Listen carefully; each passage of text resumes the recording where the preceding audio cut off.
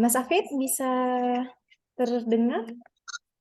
Jelas, jelas Mbak Surya. Jelas. Suara saya jelas ya? Mas Afid ya. Iya, iya. Assalamualaikum warahmatullahi wabarakatuh. Waalaikumsalam warahmatullahi. Eh, Alhamdulillah pada pagi hari ini kita dari LP2M UIN STS Jambi bisa melanjutkan kegiatan webinar hasil penelitian dan sudah bergabung bersama kita Mas Muhammad Afid Komsani. Sapaan akrabnya itu Mas Afid. Beliau ini merupakan Ketua Umum Network for Indonesia Democratic Society atau NETFIT. Dan ini baru menyelesaikan studinya juga dalam program LPDP ya Mas Afid ya. Luar biasa sekali. Nanti beliau akan bergabung bersama kita.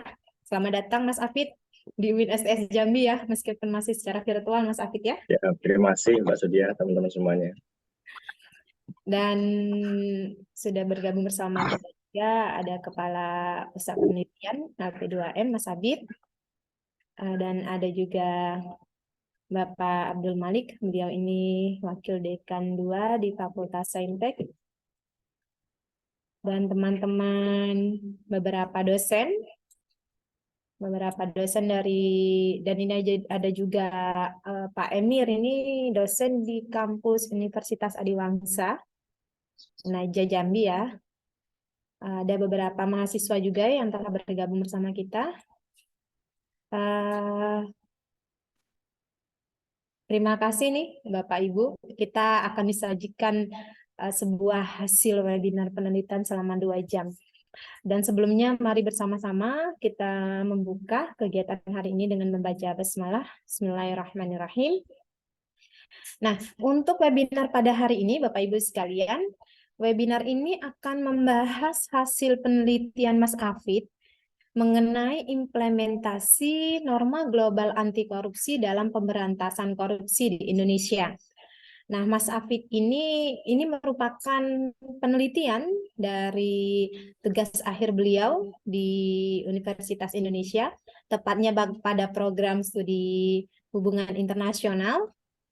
Dan ini beliau juga merupakan salah satu aktivis yang giat dalam menulis mengenai pemerintahan, politik, dan banyak sekali tulisan-tulisan yang telah dipublikasikan terkait dengan kritik-kritik dan kondisi pemerintahan yang ada di Indonesia pada saat ini. Dan juga beberapa kegiatan pelatihan yang pernah beliau ikuti di KPK RI, kemudian juga Ombudsman, dan ini ya Mas Afid, yang terakhir itu di Republik Kirgistan ya, Mas Afid Iya, ya. betul, betul Mbak Surya. Itu mengenai demokrasi dan politik apa itu? Demokrasi dan partai politik, betul. Iya, demokrasi dan partai politik sangat luar biasa. Dan ada juga ini ya tulisannya yang juga membahas tentang beberapa ini kerjasama terkait Indonesia dengan luar negeri. Dan hari ini terkait dengan prodi beliau di hubungan internasional, maka yang akan diangkat ini terkait dengan norma global anti korupsi. Nah, ada beberapa kendala yang ditemui sepertinya dalam hasil penelitian ini, mengapa meskipun telah diratifikasi ke dalam hukum nasional melalui Undang-Undang Nomor 7 Tahun 2006, tapi adaptasi UNCAC di Indonesia ini belum berjalan dengan baik. Nah, nanti Mas Afid akan mengupas ini apa saja faktor-faktor yang menjadi kendala dalam penerapan norma global anti korupsi di Indonesia. Karena korupsi ini merupakan kasus yang tidak pernah ada kadaluarsa, kasus-kasus yang selalu bisa diangkat kembali meskipun para aktornya telah lepas dari jabatan. Jadi sepertinya memang seperti memang satu siklus kehidupan korupsi ini. Nah, nanti Mas Hafid akan mengupas habis tentang norma-norma tersebut. Selanjutnya nanti kita akan selama 1 jam, Mas Hafid nanti akan diberikan waktu untuk menceritakan bagaimana penelitian ini, dan 1 jam kemudian baru kita akan lanjutkan dengan diskusi bersama. Untuk selanjutnya, saya persilahkan kepada Mas Afid. Terima kasih Mbak Sodia. Suara saya terdengar jelas Mbak ya? Iya, jelas. Ya, saya izin share screen Mbak Sodia. Iya, silakan. Oke, sebentar. Apakah layar saya sudah nampak Bapak Ibu semuanya? Iya, sudah. Oke. Bismillahirrahmanirrahim. Assalamualaikum warahmatullahi wabarakatuh. Selamat pagi Bapak Ibu semuanya, Mbak Sodia, Ibu dosen kita yang sangat luar biasa. Saya pertama kali bertemu Mbak Sodia itu tahun 2017 ketika kita sama-sama menjadi delegasi Indonesia pada program Genesis di Jepang, begitu ya, bulan November kalau saya tidak salah. Untuk kemudian kita di sana berdiskusi dengan warga lokal, mengetahui Jepang, sharing terkait Indonesia, dan lain sebagainya. Terima kasih Mbak Sodia dan Bapak Ibu semuanya atas kesempatan yang sangat luar biasa. Saya rasa ini lebih menegangkan daripada ujian tesis saya, begitu ya.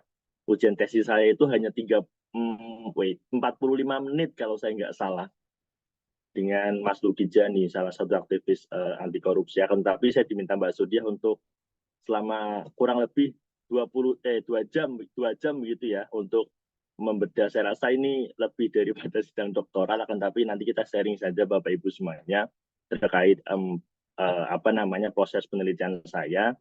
Jadi memang sebagaimana dikatakan Mbak Sodia tadi begitu ya, di UI sendiri pada tahun saya begitu itu ada implementasi terkait kurikulum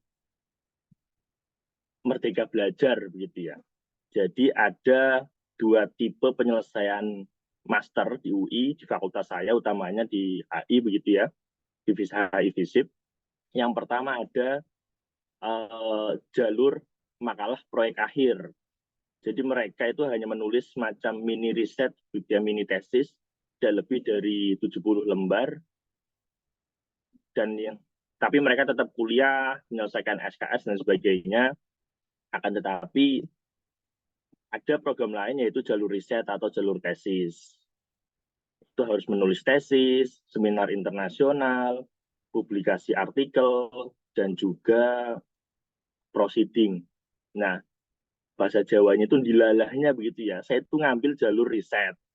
Jalur riset yang kemudian mensyaratkan saya untuk nulis tesis, untuk publikasi, untuk proceeding, untuk seminar internasional, dan itu saya lakukan selama 5 semester. Artinya kalau tataran master saya itu sudah offside 1 semester begitu ya. Karena memang sangat sulit. Asumsi saya menyelesaikan kuliah S2 itu harus menghasilkan tesis. Itu semangat saya kenapa ngambil jalur tesis. Akan tetapi karena adanya pandemi dan sebagainya, proses penelitian ini saya rasa sangat berat begitu. Yang pertama karena faktor-faktor saya sebutkan tadi, dan yang kedua background saya itu dulu usuludin Bapak Ibu semuanya. Jadi kita sebagai kultur warga PTKIN sangat tahu kondisi begitu ya, bagaimana linearitas studi begitu itu sangat berpengaruh. Saya satunya filsafat, S2-nya ngambil hubungan internasional. Saya dari UIN Wali Songo Semarang. Nah, ini tentu menjadi tantangan tersendiri. Akan tetapi alhamdulillahnya memang saya mengambil topik riset penelitian yang sudah saya geluti sejak kurang lebih tahun 2016 terkait isu anti korupsi, dan faktor tersebut yang kemudian mempermudah dalam penelitian ini. Penelitian ini saya lakukan di Jakarta dengan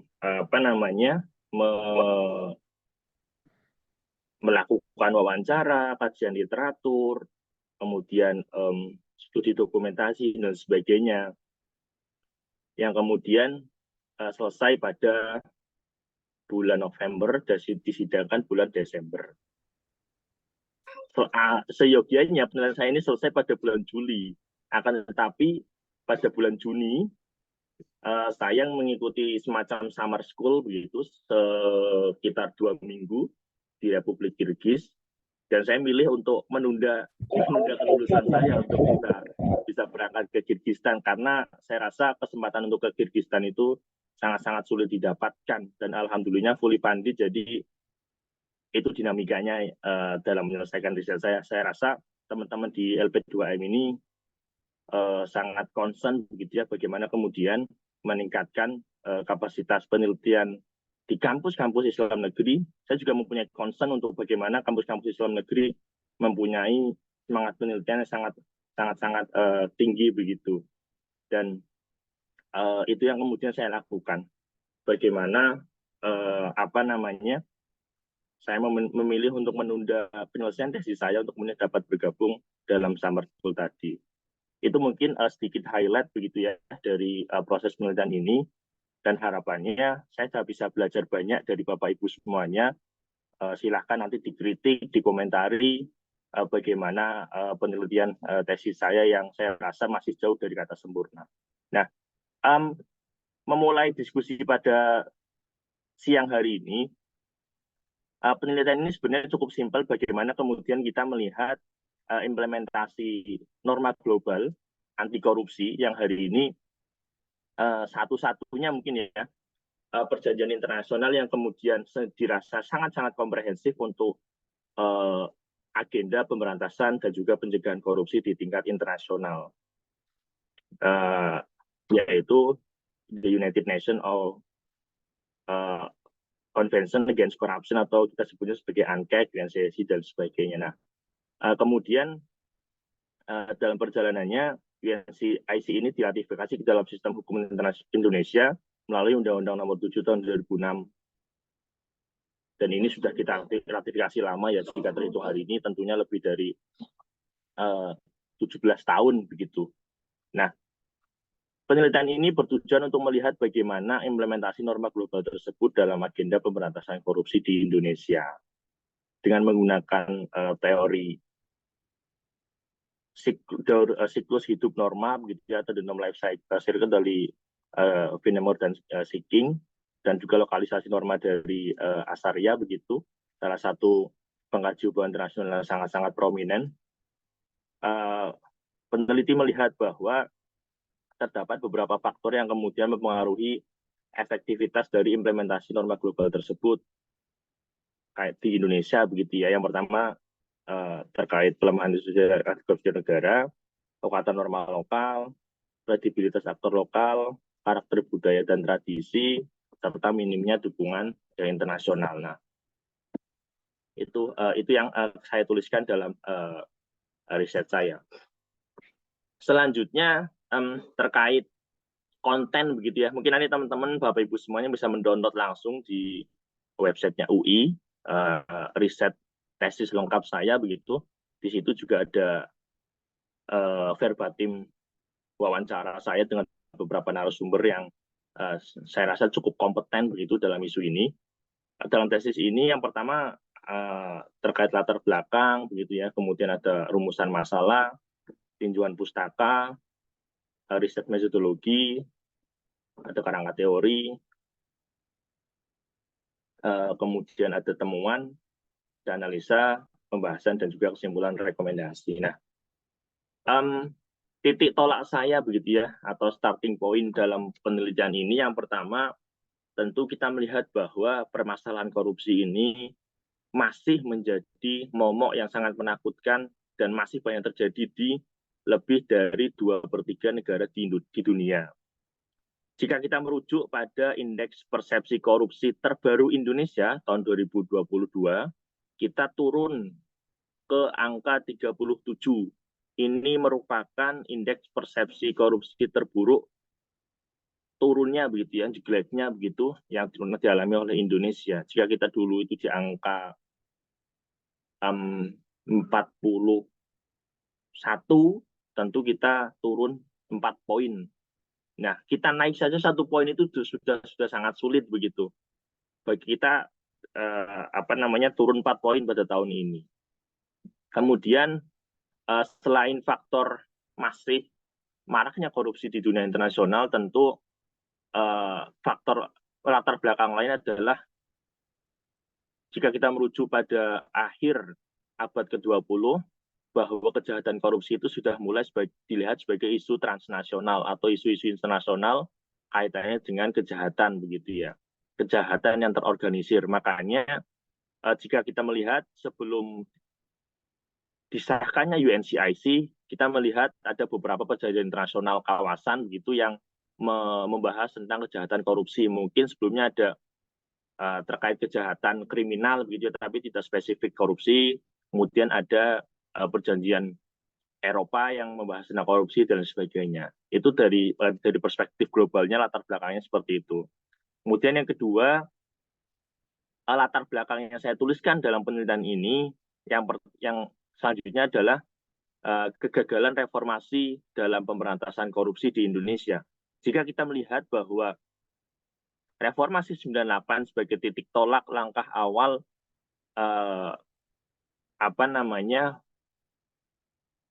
perubahan birokrasi di Indonesia, tentu pada satu sisi kita lihat itu sebagai sebuah kemajuan. Bagaimana kemudian mulai munculnya banyak institusi-institusi demokratis negara yang kemudian mampu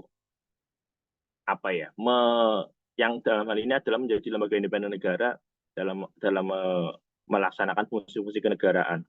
Akan tetapi di sisi lain reformasi tersebut peneliti lihat ada sebuah reformasi yang belum selesai begitu ya, atau dalam istilah dari Harold Crouch itu adalah uneven reform atau reformasi yang belum kelar, reformasi yang belum selesai. Bagaimana kemudian adanya pragmatisme politik, kegagalan reformasi hukum, dan juga institusi negara. Dan di sisi lain, meskipun kita sudah ada lembaga anti korupsi semacam KPK, kepolisian ataupun kejaksaan, kita merujuk pada data KPK, misalkan kerugian negara akibat korupsi itu setiap tahunnya semakin meningkat. Itu yang kemudian melatar belakangi riset ini. Selanjutnya adalah bagaimana signifikansi UNCIC bagi Indonesia. Sebagaimana saya katakan sebelumnya begitu, sampai hari ini UNCIC menjadi satu-satunya mungkin ya perjanjian internasional yang secara komprehensif mengatur bagaimana kerjasama internasional dalam agenda pemberantasan korupsi global. Itu. Nah, selanjutnya berangkat dari permasalahan korupsi tersebut, kita melihat adanya niat baik begitu ya dari Indonesia untuk meratifikasi, dan juga sudah diratifikasi dalam Undang-Undang 7 tahun 2006. Nah, prosesnya itu ada penandatanganan, ratifikasi. Nah, kan tapi setelah berarti 17 tahun gitu ya. Saya risetnya ini sampai tahun 2020, artinya 14 tahun pasca ratifikasi, itu implementasinya belum maksimal. Adanya kekosongan regulasi, variasi dan tipologi korupsi di semua pemerintahan. Ini saya ambil datanya di KPK begitu ya.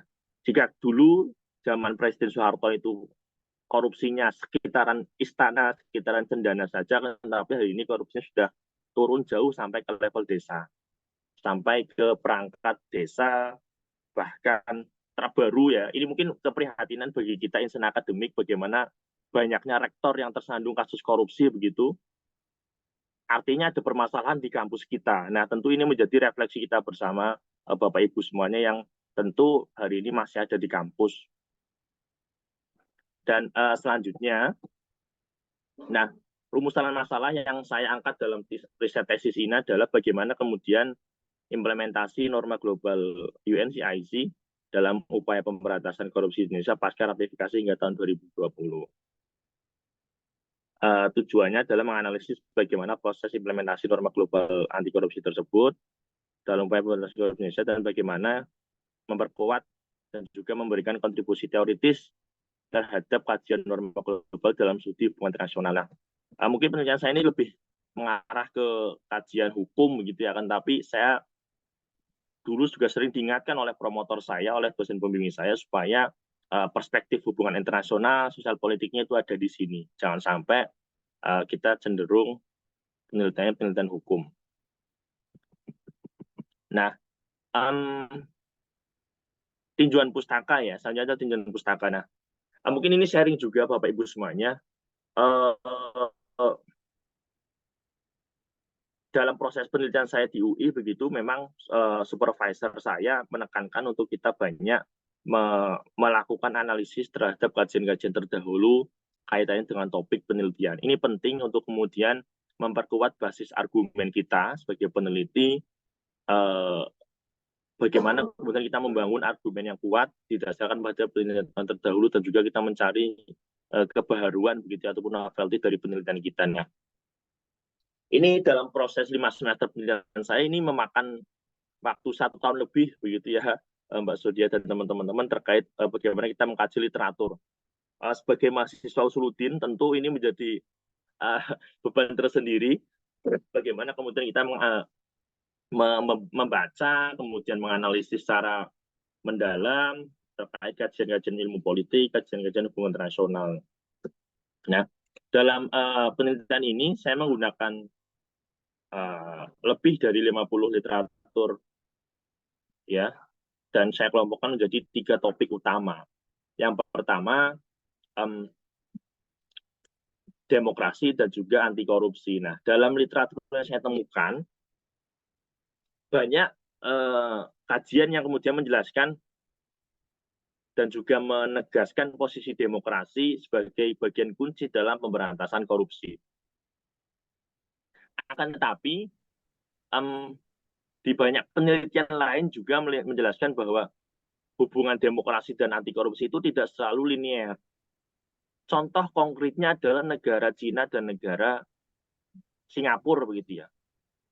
Jika kita melihat demokratis mana sih dalam sistem politik antara ketika kita melihat Indonesia dan Singapura, tentu kita mengatakan bahwa Indonesia itu lebih demokratis, bagaimana kemudian kita bisa milih presiden, milih parlemen, dan sebagainya.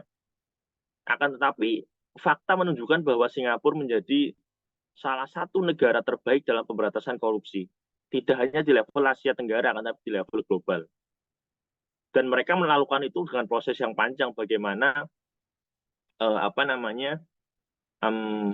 mereka berjuang melawan korupsi di masa-masa kolonialisme dulu.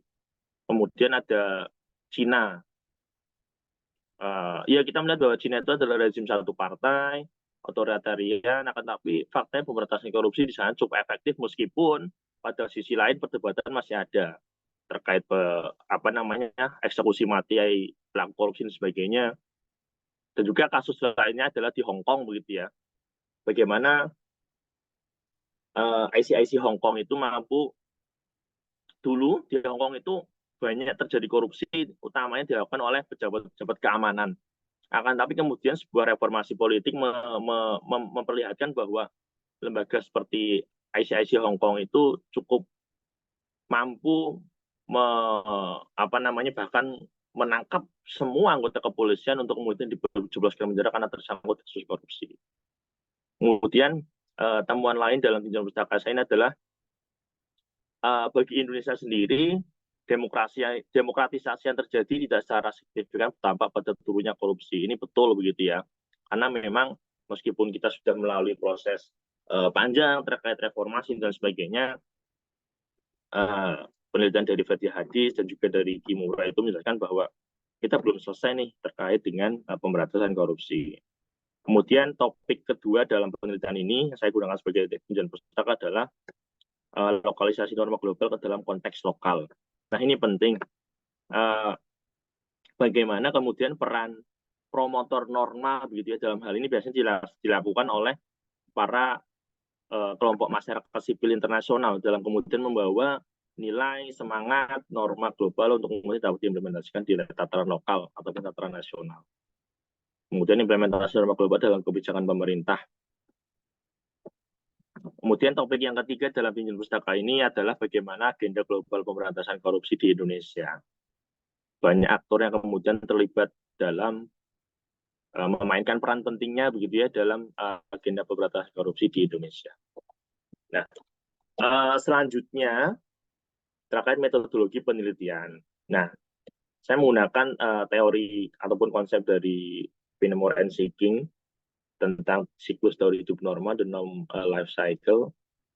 Bagaimana kemudian norma itu muncul, ya diinisiasi oleh aktor-aktor internasional menggunakan platform organisasi, adanya motivasi, alasan-alasan ideasional dan sebagainya, menggunakan mekanisme persuasi, kemudian norma tersebut dilimpahkan begitu ya dan mulai diimplementasikan oleh negara melalui adanya legitimasi ataupun reputasi melalui prosesnya, sosialisasi sebagainya, kemudian internalisasi melalui hukum, birokrasi, dan juga penerapan pada level institusi. Nah, selanjutnya dalam proses penelitian ini, saya juga menggunakan konsep lokalisasi norma ya. Kalau ini itu Satgas dari norma bagaimana kemudian norma internasional mampu diimplementasikan dalam tataran lokal. Nah, dalam konsep lokalisasi norma dari Asaria ini, saya melihat bahwa Asaria ini hari ini masih menjadi konsep yang cukup mampu menjelaskan bagaimana dinamika ataupun proses lokalisasi norma internasional dalam tataran lokal. Bagaimana kemudian norma transnasional yang sudah ada dibawa oleh aktor promotor norma, kemudian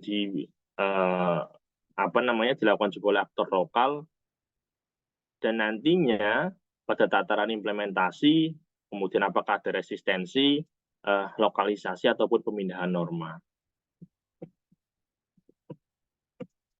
Mungkin ini saja biar lebih. Nah, oke. Dan selanjutnya terkait metodologi penelitian.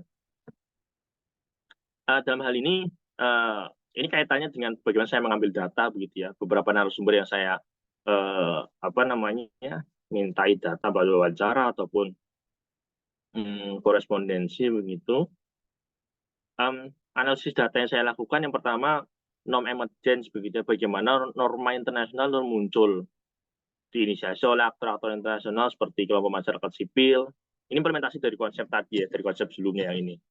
Nah, dalam internalisasi UNCIC yang dibawa oleh kelompok masyarakat sipil ke Indonesia, saya melihat ada 5 aspek ya, jika merujuk pada konsep lokalisasi normalnya asarnya, ada 5 aspek. Yang pertama terkait pelemahan institusi negara, kekuatan norma lokal yang ada, kredibilitas aktor agen lokal, warisan kolonialisme, dan juga minimnya dukungan internasional. Nah, ini Bapak Ibu semuanya, data yang saya ambil dari narasumber dengan beberapa narasumber. Yang pertama, dari kelompok masyarakat sipil ya, saya mewawancarai Sekretaris Jenderal Transparansi Internasional Indonesia yang saya rasa cukup berpengalaman dalam bagaimana saya mendapatkan data ya dari Mas Danang ini terkait gerakan masyarakat sipil anti korupsi di Indonesia. Kemudian dari Pak Koko, beliau ini sudah pensiun dari KPK begitu ya, sejak tahun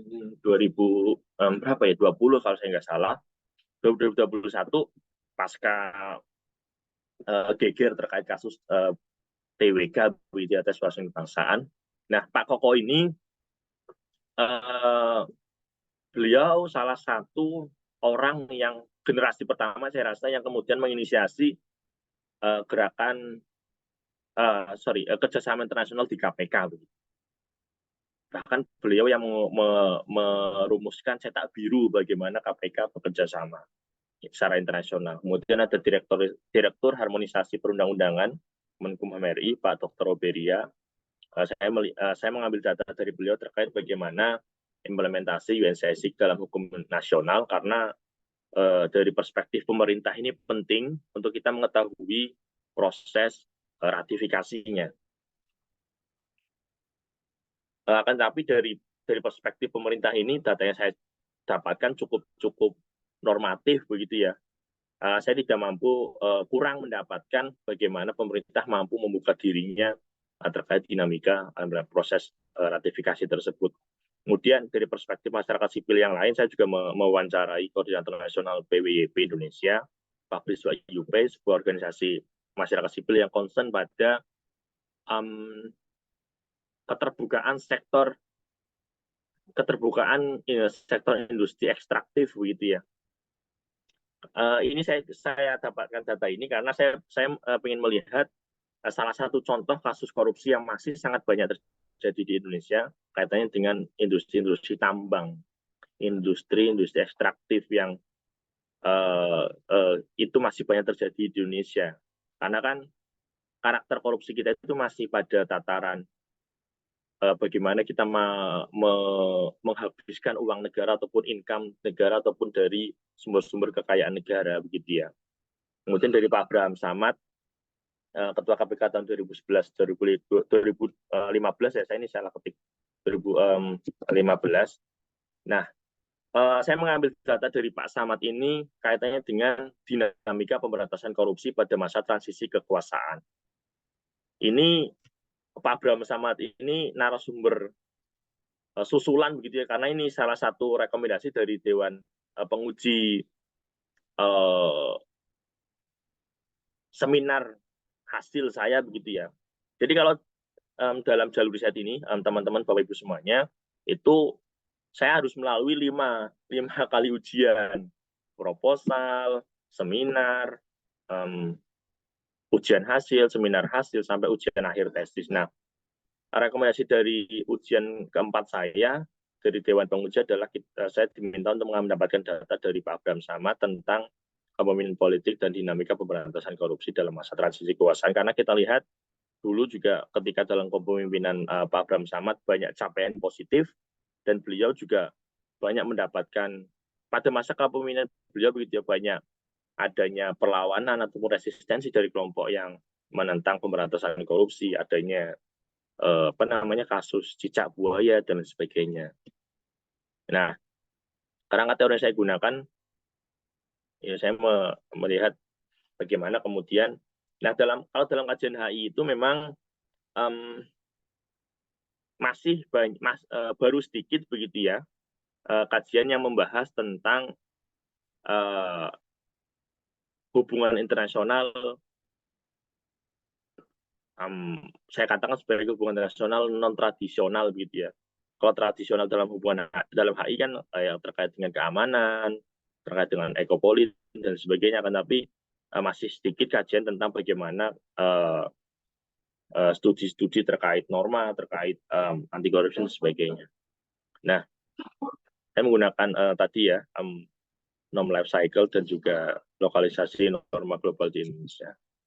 Ini kerangka teori yang saya gunakan dari kerangka analisis saya dengan tadi. Diskusi yang muncul dalam kemunculan norma global anti korupsi itu adanya kesadaran global begitu ya tentang dampak buruk korupsi di dunia internasional.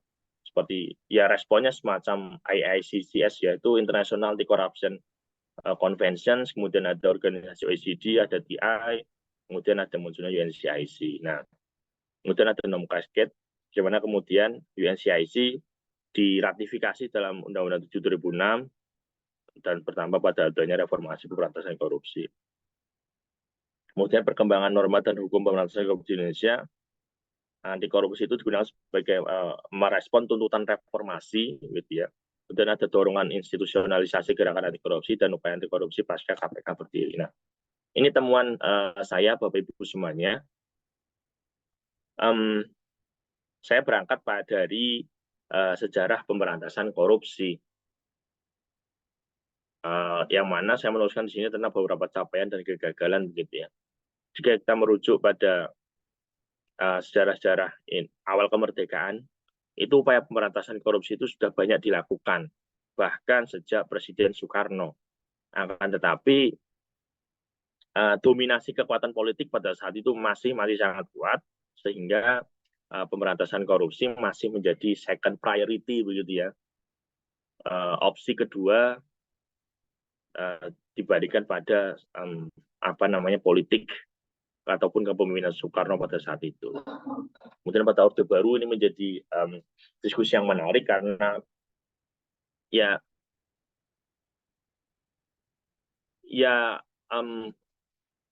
korupsi sudah mulai secara vulgar dilakukan begitu pada masa-masa Orde Baru, akan tapi baru ketahuan itu ya akhir-akhir ketika Soeharto mau lengser begitu. Nah, ini juga menjadi salah satu diskusi yang menarik Bapak Ibu semuanya, bagaimana apakah di Indonesia itu sendiri mengalami keterlambatan kesadaran terkait kesadaran anti korupsi begitu ya. Kemudian temuan yang kedua tentang reformasi, pasca reformasi begitu ya, KPK dan dinamika pemberantasan korupsi. bagaimana kemudian pasca reformasi itu banyak lembaga anti korupsi yang muncul hilang begitu ya, dari mulai era TGP-TPK, ada tim Tas Tipikor, kemudian sampai adanya KPK. Nah, dinamika di dalamnya begitu ya, yang benar ditemukan adalah adanya wacana pembubaran KPK, revisi Undang-Undang KPK, uji materi Undang-Undang KPK ke MK, kriminalisasi terhadap pimpinan, intervensi korupsi dan sebagainya. Nah, kemudian temuan selanjutnya terkait internasionalisasi kejahatan korupsi dan perkembangan korupsi pas dan kaitannya dengan UNCIC. Nah, ini temuan kami begitu terkait implementasi norma UNCIC di Indonesia, capaian dan tantangan. Yang pertama, implementasi yang sudah kita lakukan itu melalui perjanjian ekstradisi, ya perjanjian antara negara untuk penegakan hukum. Kemudian ada mutual legal assistance kerjasama timbulan timbal balik, ya Indonesia sudah melakukan beberapa MLA dengan banyak negara, adanya kemudian kerjasama penegakan hukum, biasanya ini level kementerian atau level lembaga begitu ya. Kemudian kita sudah mulai menggunakan kerangka hukum pemberantasan korupsi, adanya Stranas PK, peraturan presiden tentang pengadaan barang dan jasa, undang-undang keterbukaan publik, undang-undang tindak pidana pencucian uang. Dan selanjutnya adalah tantangan implementasi NCIC. Nah, dalam hal ini peneliti melihat bahwa tantangan implementasi NCIC ini masih banyak mengalami tantangan begitu ya, adanya ego sektoral kementerian lembaga, kapasitas sumber daya manusia yang belum maksimal, lemahnya penegakan hukum, dan juga rendahnya dukungan politik. Nah, dari temuan awal ini, peneliti melihat ada 3 perspektif yang kemudian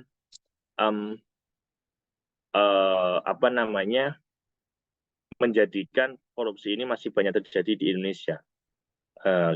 Peneliti mengambil judul bagiannya adalah sifat korupsi di Indonesia dan politik oligarki, kegagalan negara dan KPK. Nah, terdapat 3 perspektif yang kemudian menjelaskan fakta ini. Yang pertama perspektif ekonomi politik, begitu ya, bagaimana buruknya sistem ekonomi dan politik di Indonesia itu disebabkan oleh tata kelola pemerintahan anti demokratis, masih maraknya praktik rent seeking begitu ataupun rente begitu, monopoli kekuasaan dan sumber daya ekonomi, krisis kepemimpinan publik, dan kelemahnya pengawasan. Kemudian kita juga masih melihat masih banyaknya politik kartel gitu ya. Negara masih kalah dari segelintir kelompok pebisnis yang kemudian menguasai sumber-sumber strategis ekonomi negara. Kemudian ini dapat terlihat dari banyaknya aktor politik yang mendominasi kasus korupsi begitu. Data pemberantasan korupsi KPK tahun 2004 sampai tahun 2020 ketika penelitian ini dilakukan, setelah anggota parlemen atau anggota legislatif begitu mendominasi 2 besar aktor ataupun pelaku korup. Ya, selanjutnya ada politik patronase, bagaimana kemudian korupsi sektor sumber daya alam ini ada, dan disahkannya banyak undang-undang yang kontroversial begitu ya, yang pro investasi dan juga pelemahan KPK. Nah, selanjutnya pada topik ini peneliti melihat adanya transisi kekuasaan dan kelompok oligarki. Bagaimana kemudian, nah ini poin yang cukup penting menurut peneliti, bagaimana peneliti membandingkan begitu ya proses pemberantasan korupsi pada 2 rezim sebelumnya, rezim SBY dan juga rezim Joko Widodo. Jika dulu ya tentu ini kita berangkat dari data begitu ya, dan juga keberpihakan ataupun beberapa pencapaian terkait pemberantasan korupsi. Dalam hal ini peneliti melihat bahwa pada rezim SBY begitu, rezim ini dikelilingi oleh oligarki. Dikelilingi oleh oligarki yang secara simultan, secara berkelanjutan begitu terus menekan rezim pemerintahan. Kemudian ketika mengalami masa transisi ke Presiden Joko Widodo, oligarki ini justru sudah mulai masuk ke pemerintahan. Nah, ini yang kemudian mempengaruhi bagaimana tentu antar oligarki ini juga bersaing, gitu ya. Itu poin penting. Ini yang saya temukan dalam beberapa literatur juga mengatakan demikian, bagaimana kemudian persaingan antar oligarki itu secara positif berdampak pada perkembangan demokrasi. Jika hari ini oligarki semuanya bersatu, tentu tidak ada demokrasi di situ. Jika dulu begitu ya, itu oligarki itu masih banyak bersaing. Artinya bagaimana kelompok oligarki ini mampu muncul ke permukaan gitu. Nah, pada masa transisi oligarki sudah mulai masuk ke rezim Joko Widodo.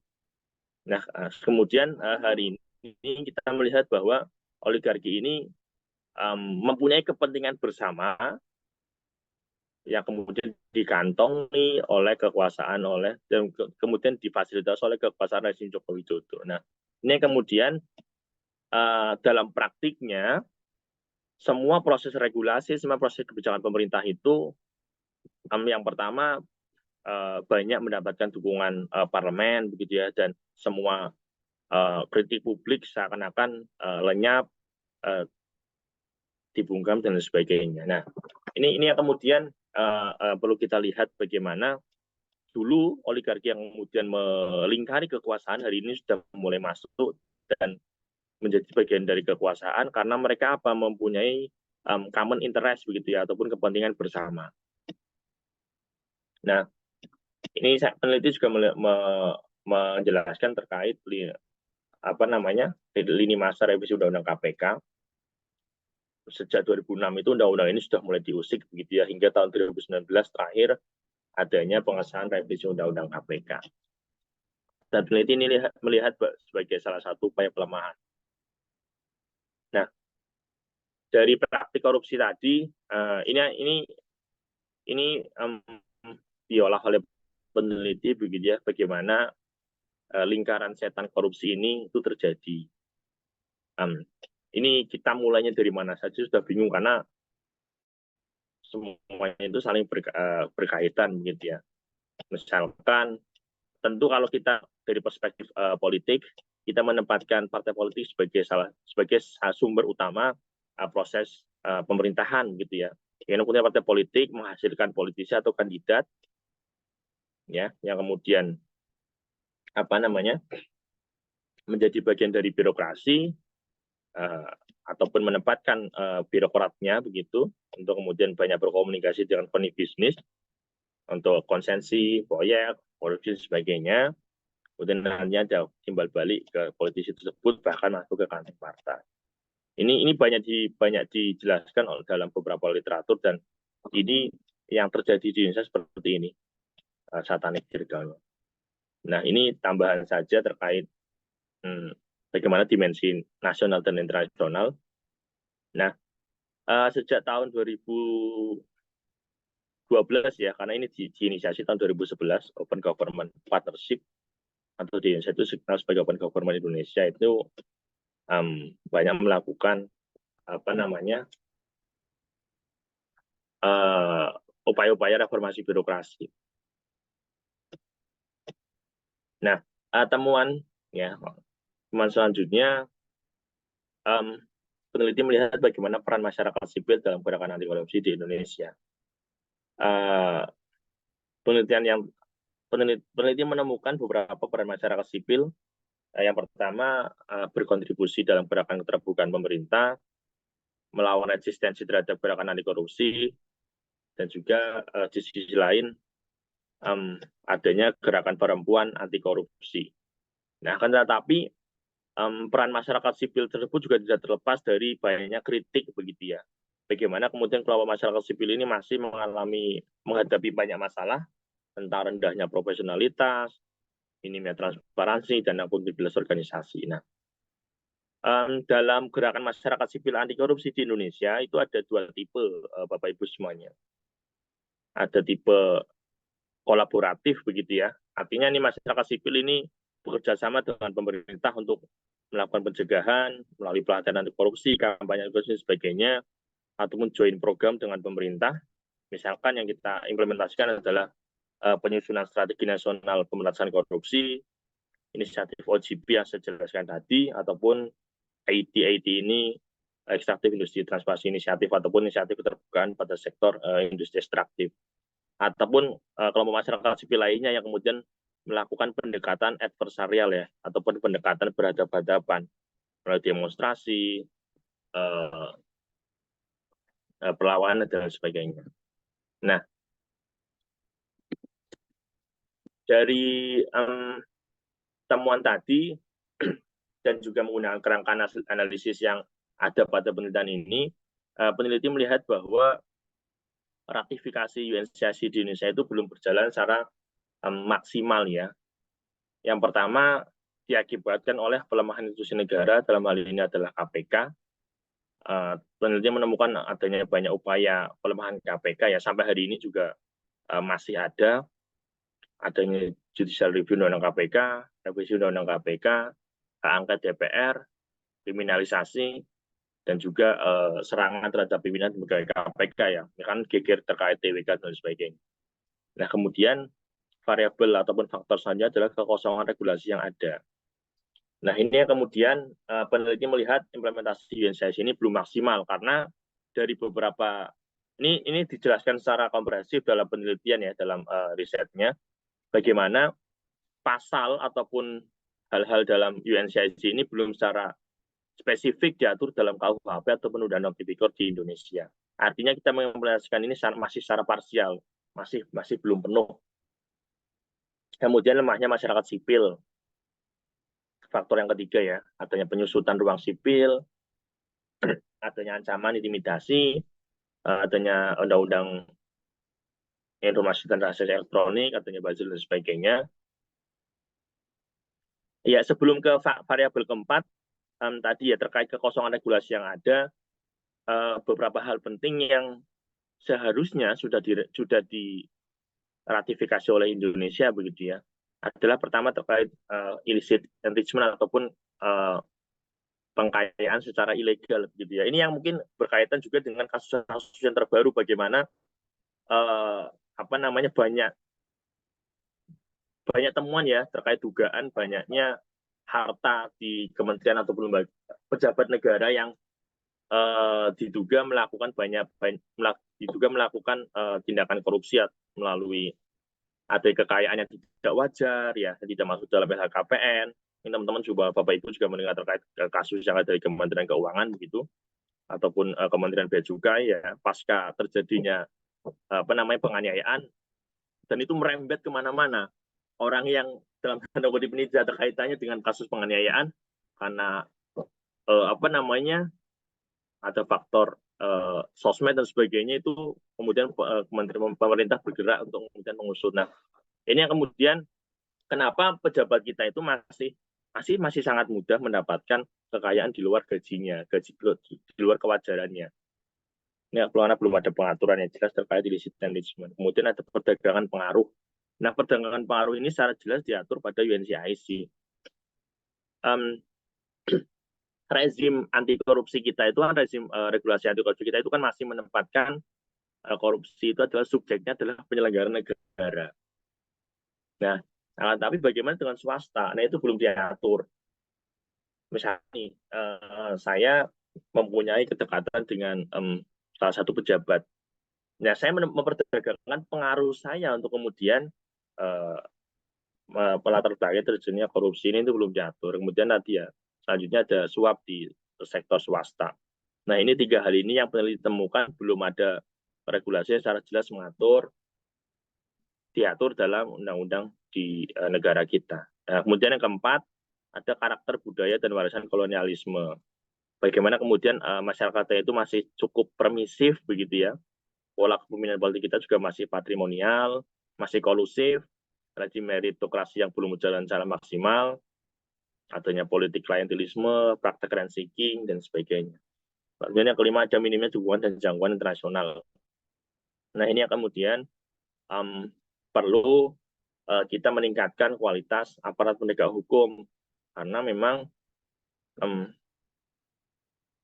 ya kaitan dengan studi ini begitu ya, bagaimana dukungan internasional itu cukup penting untuk melihat implementasi norma global tersebut berjalan dengan maksimal. Terakhir, terkait kesimpulan dalam penelitian ini, peneliti melihat bahwa meskipun implementasi HCIC di Indonesia itu sudah mendapatkan pencapaian positif dalam pemberantasan korupsi, tetapi dalam perkembangannya tidak berjalan maksimal dan tidak bertambah pada menurunnya korupsi di Indonesia.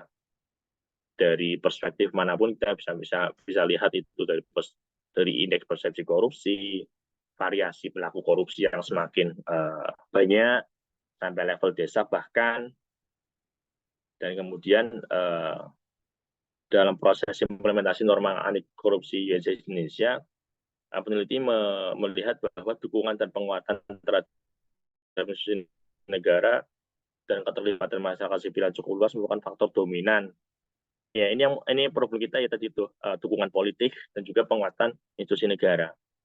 Dan terakhir, rekomendasi dalam penelitian ini, peneliti merekomendasikan kepada pemerintah untuk kemudian melakukan langkah-langkah terukur dalam memperkuat dan memberikan dukungan politik. Political will itu penting ya, bagaimana kemudian pemerintah memastikan pemberantasan korupsi itu berjalan dengan maksimal. Nah, rekomendasi akademik dalam penelitian ini juga disampaikan oleh penguji peneliti begitu ya pada saat sidang tesis bahwa perlu kita untuk melihat bagaimana kegagapan di antara para elit untuk mengimplementasikan agenda reformasi birokrasi dan anti korupsi. Dan penelitian selanjutnya juga perlu untuk menjelaskan tentang adanya kontradiksi ya antara penguatan institusi negara sebagai bagian dari agenda demokratisasi dan demokratisasi dan doktrin ekonomi liberal mengajarkan liberalisasi dan minimnya keterlibatan institusi negara. Mungkin itu Mbak Sodia, Bapak Ibu semuanya. Saya terima kasih banyak atas waktu untuk sharing, kritik, komentar, dan juga diskusi. Sangat kita tunggu untuk perbaikan ini, dan tentu ini masih jauh dari kata sempurna, dan harapannya komentar dari Bapak Ibu semuanya bisa saya dapatkan untuk perbaikan ataupun nanti bisa melakukan meriset selanjutnya begitu terkait topik-topik ini. Mungkin itu Mbak Sodia. Terima kasih Bapak Ibu semuanya. Baik, terima kasih banyak Mas Hafid, sangat luar biasa sekali pemaparannya. Memang ini sesuatu yang sangat menarik. Jadi seperti saya flashback dulu ketika menjadi mahasiswa, pernah membahas satu semester itu mata kuliahnya pendidikan anti korupsi, membahas tentang norma-norma, dan tidak tahu nih, apakah mahasiswa pada hari ini gitu ya, meskipun bukan di Fakultas Ilmu Politik dan Pemerintahan, apakah masih mendapatkan asupan tentang pendidikan anti korupsi? Karena ini ya sangat miris, hari ini korupsi itu sebenarnya ada di mana-mana gitu. Dan bahkan ini trennya nggak berbeda. Kalau dulu trennya itu OTT terkait korupsi, operasi tangkap tangan. Tapi hari ini masyarakat sipil sudah bisa ikut peran serta nih, apa ya istilahnya itu melalui operasi tangkap media (OTM) ya. Nah ini kan sangat miris gitu, karena para pejabat yang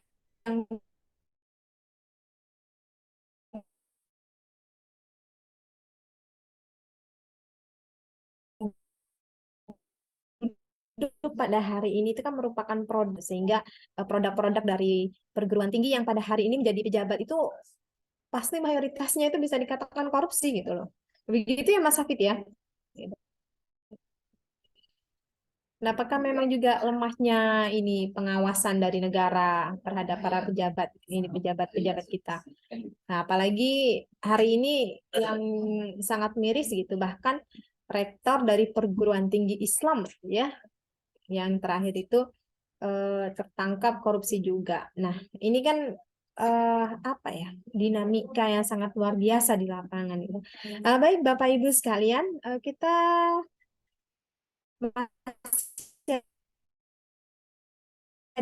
waktu paling tidak minimal 30 menit. Jika yang ingin bertanya, memberikan masukan kepada Mas Afid terkait eh, hasil penelitian beliau, nanti unmute atau raise hand atau bisa di kolom chat.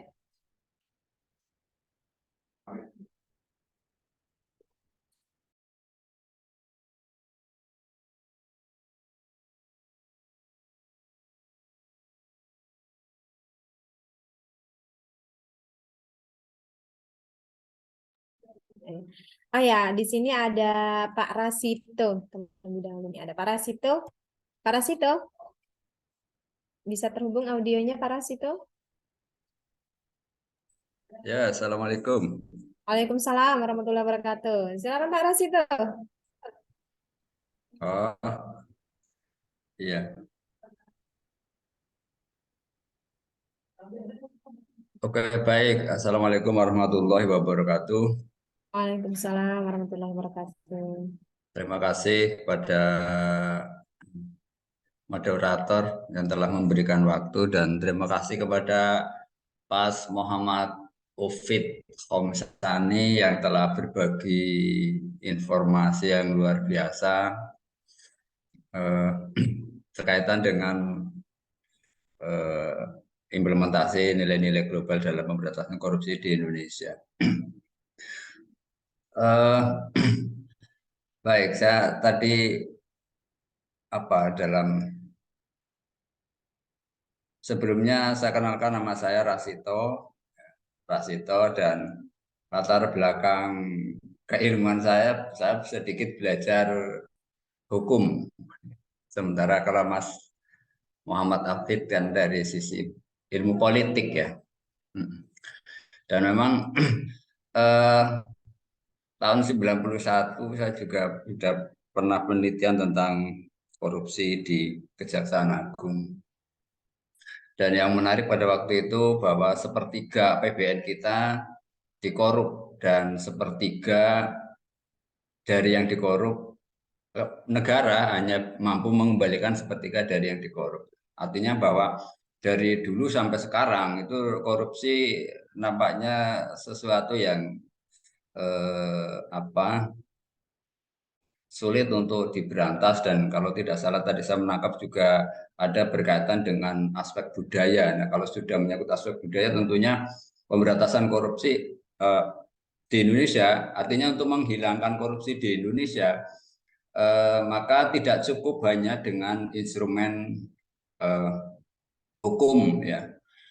Dan yang menarik juga ketika kita menggelorakan era reformasi yang dulu saya juga termasuk generasi yang ikutan itu kalau ada demonstrasi untuk melahirkan era reformasi ternyata mohon maaf hanya mendapatkan pepesan kosong ya.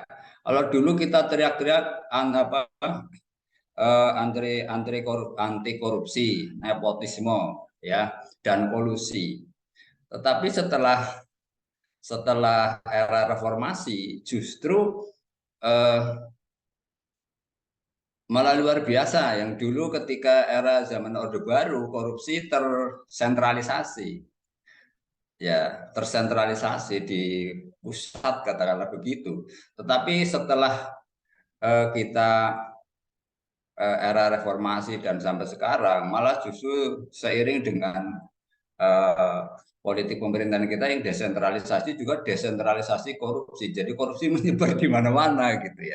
Jadi kalau saya melihat mungkin nanti minta tolong mungkin bisa dijelaskan Pak Upit kaitannya dengan politik ya. Ternyata ketika politik diserahkan ke daerah, di dekonsentrasi gitu, malah justru korupsi terjadi di mana-mana dan juga besar gitu ya. Nah ini mungkin yang perlu diketahui juga, perlu dikaji apakah dulu tidak diketahui baru sekarang diketahui atau seperti apa ya. Dan tambah lagi juga dengan oligarki ya, oligarki dalam bidang ekonomi, apalagi juga sekarang oligarki dalam bidang politik itu nampaknya korupsi juga semakin sulit untuk dihilangkan gitu ya, semakin sulit untuk dihilangkan dan justru mungkin semakin kokoh ya, meneguhkan semakin kokoh karena ketika sudah oligarki dalam bidang politik, ketika hukum berhadapan dengan politik maka hukum menjadi mandul, hukum menjadi tidak mampu. Hukum memang melahirkan kekuasaan, melahirkan politik, tapi ketika hukum berhadapan dengan anaknya, hukum tidak mampu. Ya, saya mohon maaf, mungkin hanya ini yang bisa saya sampaikan mungkin kepada forum ini. Terima kasih. Kurang lebihnya mohon maaf. Ya mungkin intinya saya ingin ya mohon penjelasan lebih anu sama Pak Mufid ya, supaya saya lebih banyak belajar katanya dengan implementasi nilai-nilai global anti korupsi di Indonesia itu. Saya kira itu saja tidak cukup ya, tapi bahwa ketika kita ingin menghilangkan korupsi di Indonesia tentunya dari berbagai macam lini gitu. Nah, kalau ya mungkin dari berbagai macam aspeknya dan sebenarnya akar masalahnya itu di mana gitu ya. Kenapa sekarang semakin besar, tapi tetap besar gitu korupsi di Indonesia. Terima kasih. Assalamualaikum warahmatullahi wabarakatuh. Waalaikumsalam warahmatullahi wabarakatuh. Terima kasih Pak Rasito. Ini gimana Mas Afid, mau langsung ditanggapi? Boleh Mbak Sadia tanggap langsung atau nunggu yang lain? Nggak apa-apa. Oke, langsung ditanggapi saja Mas Afid sambil berjalan. Ya, biar saya nggak lupa juga begitu ya. Ya, Baik.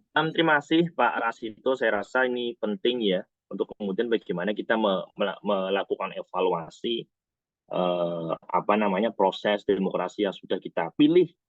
Ya, tentu Pak Rasito mempunyai banyak pengalaman bagaimana dulunya reformasi dicapai, tuntutannya apa saja dan sebagainya. Itu juga yang saya temukan Bapak Ibu semuanya, bagaimana kemudian kita melihat efektivitas reformasi kaitannya dengan pemberantasan korupsi di Indonesia.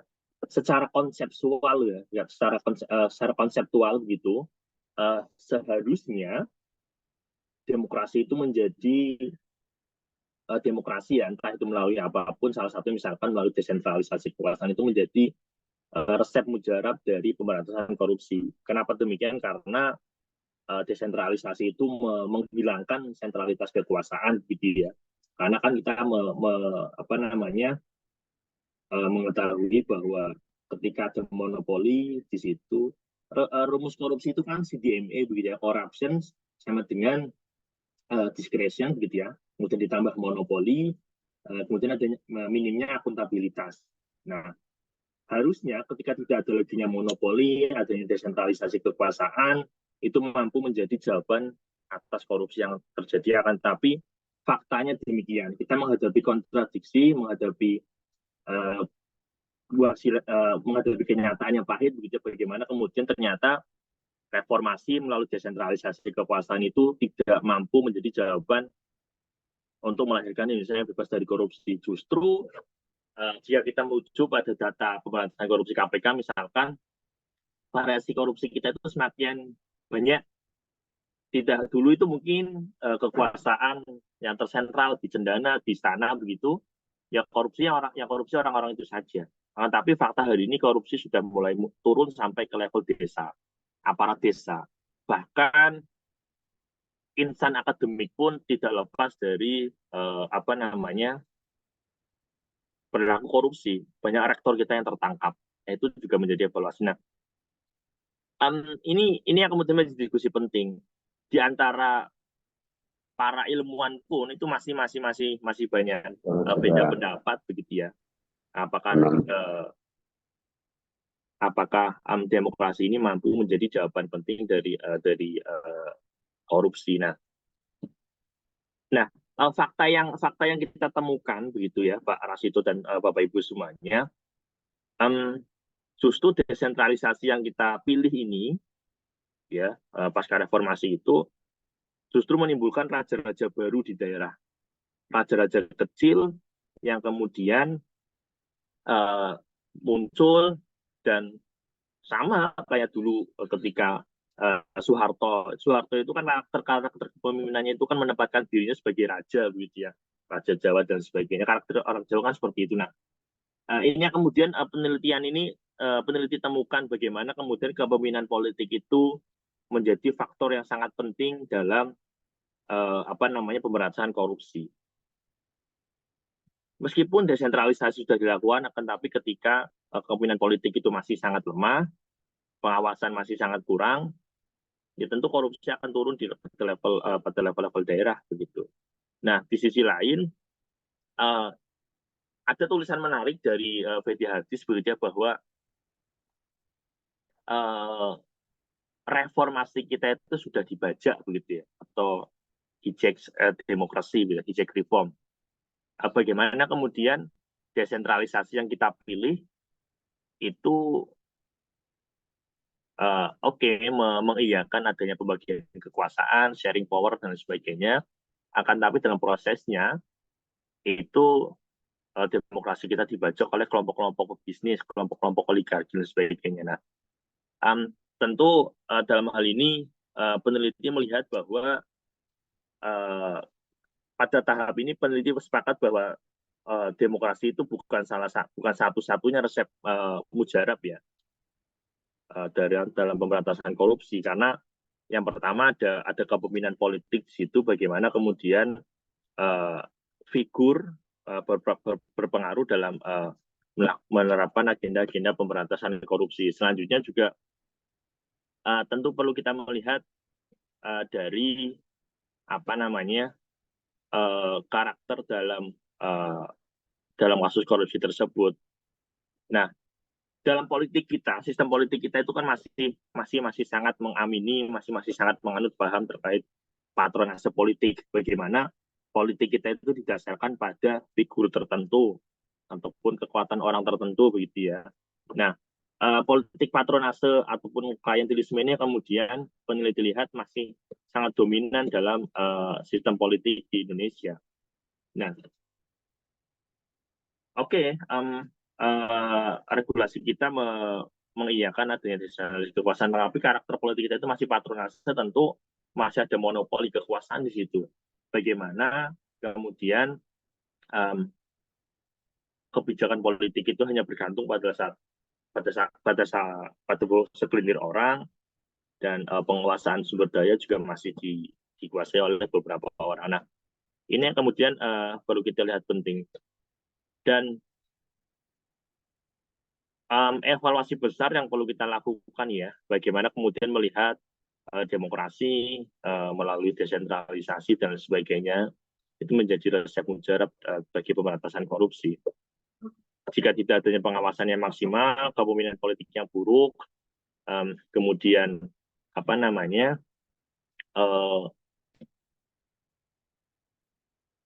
konteks sosial budaya kita masih mendukung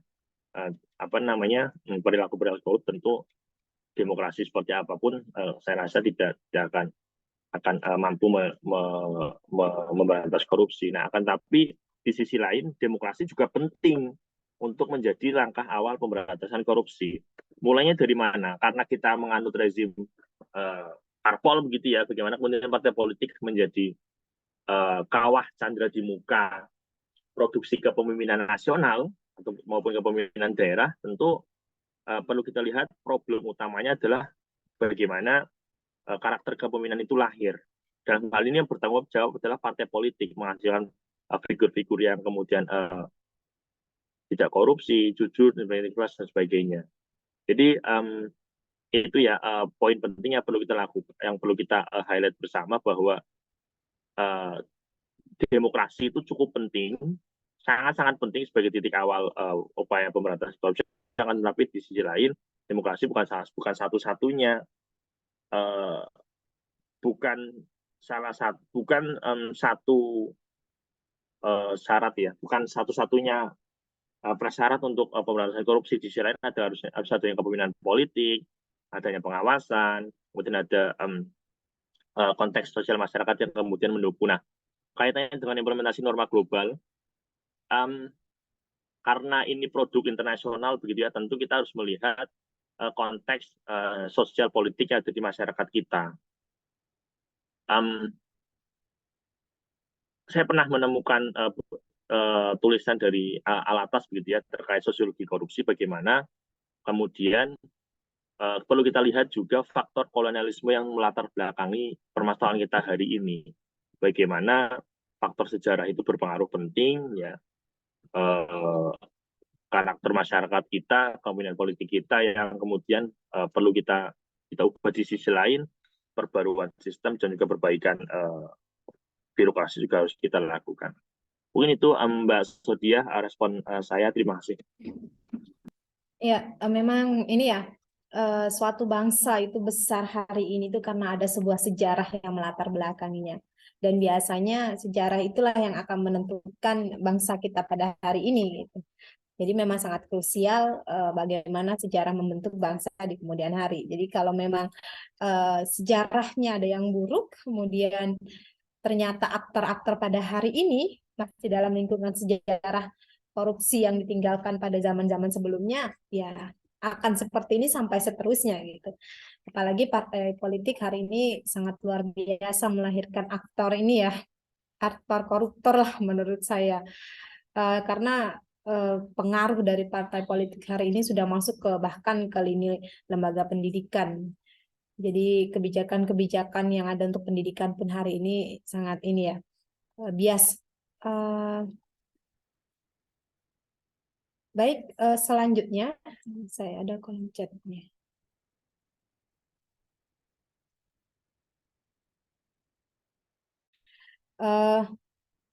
Selanjutnya ada Pak Damiri dan ada ada Bapak Abdul Malik. Pak Malik, bisa terhubung Gimana? audionya? Ya, silakan Pak Malik. Oh gitu. Jadi gini, Ya, silakan Pak. saya agak tertarik sih sama tentang apa sih konsepnya tadi itu. Bentar ya, saya lihat dulu nih di layar belakang tuh. Ada tentang nom life cycle. Dengan membacanya saya sepertinya melihat bahwa apa yang Mas Muhammad Afid Homsani mencoba memotret hukum dalam perspektif politik ya, apalagi ini dalam konteks hubungan internasional. Artinya bahwa ada dua atau lebih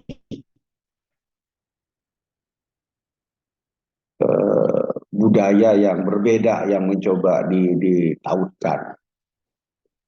Nah, ketika terjadi seperti ini kan pada akhirnya akan ada superior dan akan ada inferior. Pasti akan ada satu kultur atau satu norma atau satu nilai yang terkalahkan ketika kemudian mencoba membangun kesepakatan dalam konteks pemberantasan korupsi. Nilai mana yang menjadikan standar? Kan gitu. Yang jadi masalah. Oleh sebab itu mungkin penting ya coba dilihat bagaimana dinamika relasi antar budaya dalam hal tertentu, dan kalau bisa dispesifikkan lagi ya antar negara, bahwa struktur relasi antar negara itu kan menjadi berpengaruh untuk mewarnai nilai mana yang akan menjadi patokan dan negara satunya akan tunduk pada nilai yang mana. Hari ini kan ada ego barat yang seakan-akan menyatakan bahwa demokrasi tertinggi ada di mereka, hak asasi manusia tertinggi ada di mereka, sehingga selalu seakan-akan bukan berarti meniadakan, bukan berarti menegasikan nilai-nilai anti korupsi di negara lain. Tapi dalam konteks politik hukum, sepertinya mereka memposisikan bahwa standar hukum mereka, standar norma mereka itu lebih tinggi dari negara lain. Nah, kenapa ini terjadi? Karena struktur relasi yang tidak berimbang. Maka menurut saya mungkin, apakah tadi mungkin sudah dijelaskan karena saya tadi tidak terlalu konsentrasi karena ada kerjaan lain juga. Maksud saya, apakah hal-hal seperti ini dalam pembahasan tulisan yang sedang dipresentasikan ini ada? Artinya bahwa menunjukkan bahwa struktur relasi antar negara atau antar budaya itu memberikan pengaruh pada norma mana yang kemudian menjadi mendominasi di dalam standar hukum umum atau standar hukum yang mau dipatuhi secara general, khususnya dalam korupsi. Saya pikir mungkin itu saja komentar saya. Sekian, terima kasih. Ya, terima kasih Pak Abdul Malik. Silakan Mas Afid untuk ditanggapi langsung. Ya, terima kasih Pak Malik atas responnya. Saya rasa ini menjadi diskusi yang menarik begitu ya. Bagaimana Pak Malik melihat secara lebih detail apakah ada pertentangan gitu ya, pertentangan norma barat norma global yang kemudian dibawa dalam dilokalisasi dalam tingkat lokal gitu. Nah, dalam konsep yang peneliti gunakan dalam riset ini, dalam proses lokalisasi norma tersebut yang kemudian dibawa oleh aktor lokal pada tahap ini tentu ada 3 potensi tadi ya. Yang pertama adanya resistensi, adanya lokalisasi atau penerimaan ataupun peralihan norma. Nah, dalam hal ini yang kemudian peneliti melihat apa yang dikatakan Pak Malik tadi. Tentu standarisasi norma antar nasional, antar bangsa itu berbeda.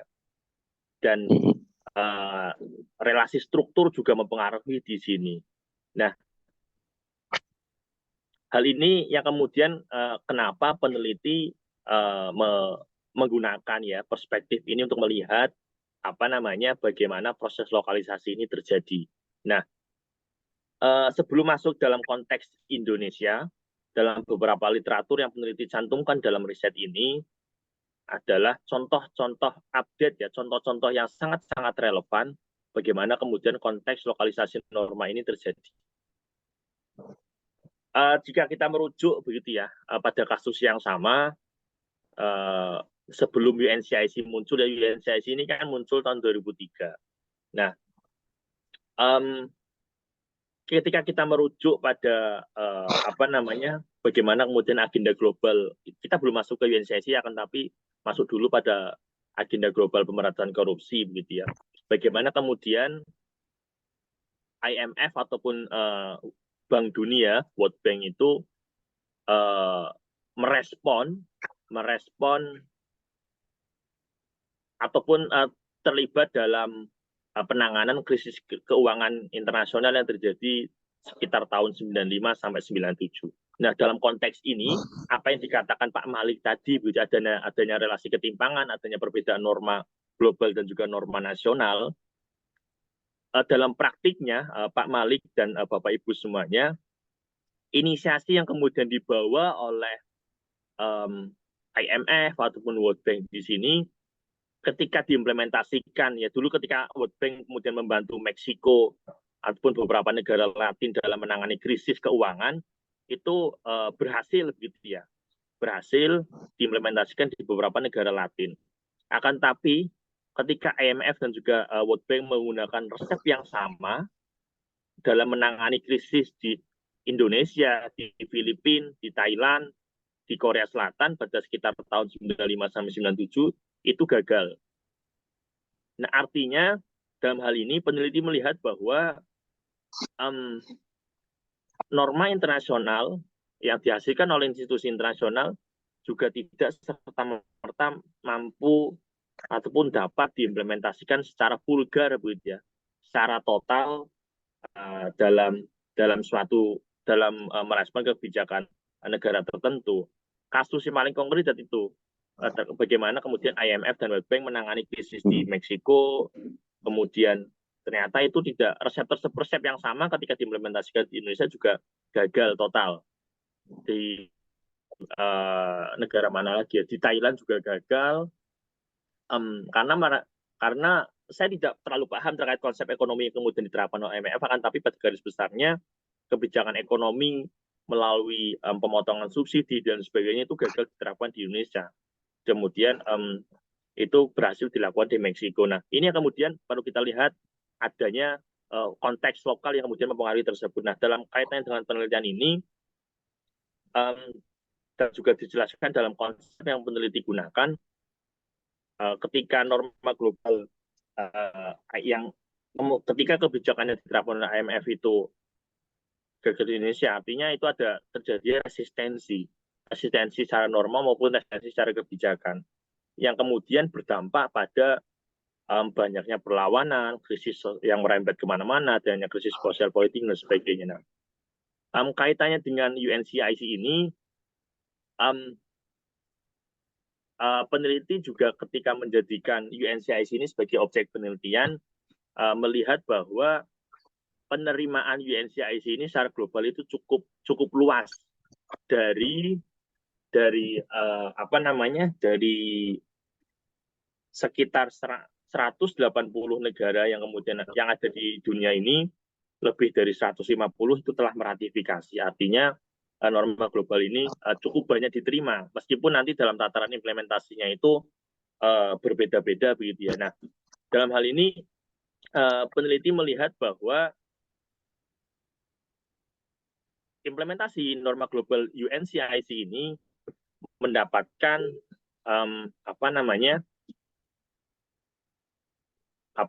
pertentangan norma ataupun norm clash begitu ya dalam konteks lokal. Bagaimana kemudian masyarakat kita yang mungkin pertama kali ataupun cukup kaget begitu ya ketika harus melaksanakan resep-resep pembangunan ala Barat, dalam hal ini ala institusi keuangan internasional, World Bank ataupun IMF. Nah, itu yang kemudian peneliti lihat sebagai salah satu faktor tidak maksimalnya implementasi UNCIC tersebut. Bagaimana norma lokal itu tidak mampu secara luas mengakomodir keinginan dari ataupun resep dari UNCIC ini. Nah, dalam hal ini dampaknya apa? Dampaknya adalah bagaimana implementasi UNCIC ini masih secara parsial ya, masih banyak mempertimbangkan konteks-konteks konteks-konteks nasional ataupun konteks-konteks lokal. Misalkan dalam sistem politik ya, itu kita masih menerapkan sistem yang dulu masih berlaku, adanya kepemimpinan tunggal, adanya kepemimpinan politik yang patriarki, adanya klientelisme. Nah, itu yang kemudian bertentangan dengan tadi norma-norma internasional. Nah, hal itulah yang kemudian tadi saya katakan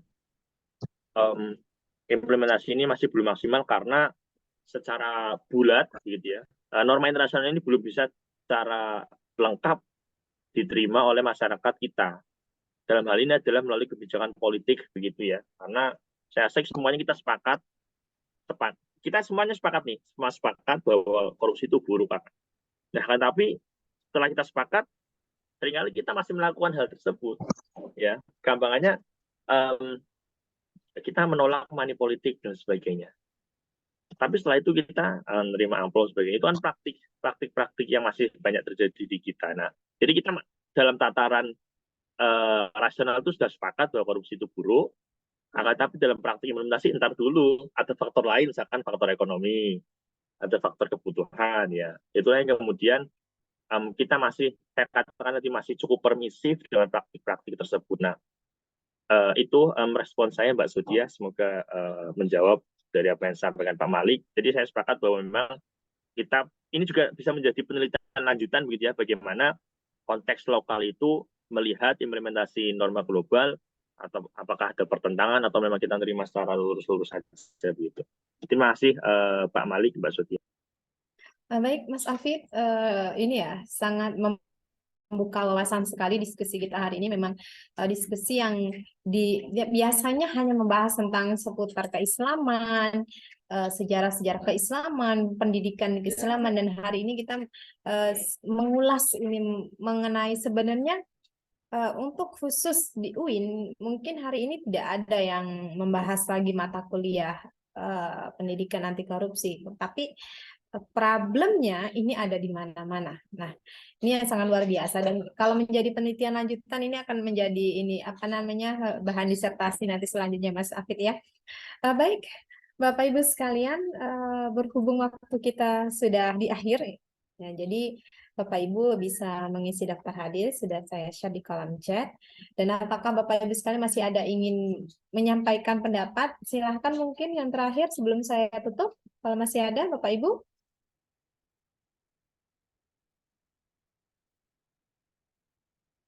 Jika tidak ada lagi, mungkin statement terakhir dari Mas Afid. Silahkan Mas Afid. Ya, terima kasih Mbak Sudia. Mungkin saya tidak ada kaitannya dengan riset saya, Bu ya. Jadi nanti tadi masukan dari Bapak Ibu semuanya penting untuk kemudian kita tidak lanjuti dalam dari riset sebagainya. Kaitannya dengan topik korupsi begitu ya. Tentu Bapak Ibu semua apa namanya yang hari ini saya katakan masih di kampus karena Bapak Ibu hari ini di kampus begitu ya, bagian dari LP2M, dosen dan sebagainya. Tentu perlu kemudian kampus-kampus karena saya lahir dari UIN, tentu kita paham betul bagaimana konteks dan juga dinamika di kampus Islam negeri. Tentu kajian-kajian korupsi seperti ini perlu digaungkan lagi begitu ya. Saya rasa tidak hanya untuk teman-teman hukum, sosial politik dan sebagainya. Karena mungkin UIN Jambi nanti bisa menginisiasi bagaimana pendidikan anti korupsi di kampus-kampus perguruan tinggi keagamaan Islam negeri begitu. Karena itu masih belum masif. Nah,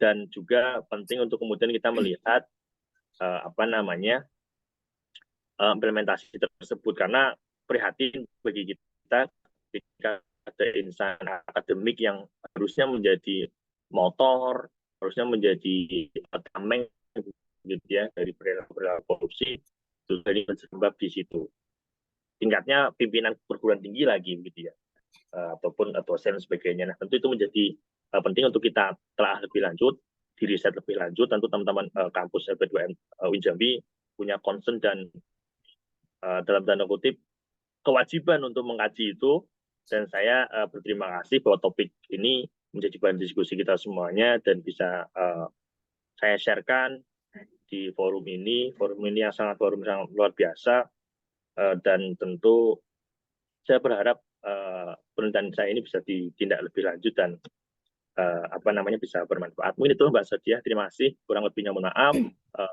Apa namanya berharap nanti kita bisa bertemu langsung di Jambi biar ngobrol dan ngobrolnya lebih enak. Terima kasih Mbak Sadia, Bapak Ibu semuanya atas kesempatan yang sangat langka ini. Semoga riset tesis ini saya bisa dikembangkan, bisa bermanfaat bagi kita semuanya. Kurang lebihnya mohon maaf. Wassalamualaikum warahmatullahi wabarakatuh. Waalaikumsalam warahmatullahi wabarakatuh. Terima kasih banyak Mas Assalamualaikum warahmatullahi wabarakatuh. Dan ini webinar kita pada hari ini nanti akan di-upload, diposting di kanal YouTube LP2M. Jadi nanti Bapak Ibu sekalian masih bisa mengikuti hasil dari webinar kita hari ini, bahan-bahan kajian yang bisa juga menjadi ini ya untuk para mahasiswanya untuk bisa membuat hasil-hasil penelitian yang agak sedikit berbeda. Biasanya kalau penelitian itu menurut kebiasaan yang ada gitu ya, kayak monoton gitu kan. Tapi kalau perlulah sesekali kita membuat hasil penelitian yang memang karena kita sedang menggalakkan transdisipliner keilmuan gitu. Mungkin ini bisa menjadi salah satu poin di sana. Baik Bapak Ibu sekalian, terima kasih sudah bergabung pada hari ini, pada webinar hari ini. Dan silakan Bapak Ibu juga mengisi linknya. Jangan lupa link daftar hadir untuk sertifikat kehadiran pada webinar hari ini. Dan saya mewakili LP2M mengucapkan banyak terima kasih dan maaf mungkin ada sedikit kendala teknis terkait dengan ini jaringan internet kita yang kurang stabil di sini. Dan saya akhiri. Wassalamualaikum warahmatullahi wabarakatuh. Waalaikumsalam. Ya, Terima Mas kasih Hafid. Mbak Zodia, Bapak Ibu semuanya. Ya, sama-sama Mas Hafid. Mudah-mudahan bisa lanjut doktoralnya di UI Mas Hafid ya. Amin, amin, amin. Terima kasih Bapak Ibu semuanya. Ya, Assalamualaikum. kegiatan terakhir luar biasa sekali itu. Waalaikumsalam warahmatullahi wabarakatuh. Waalaikumsalam warahmatullahi wabarakatuh. Terima kasih Mbak Zodia. Ya, mudah-mudahan ini ya. Ini Netflix ada juga nih di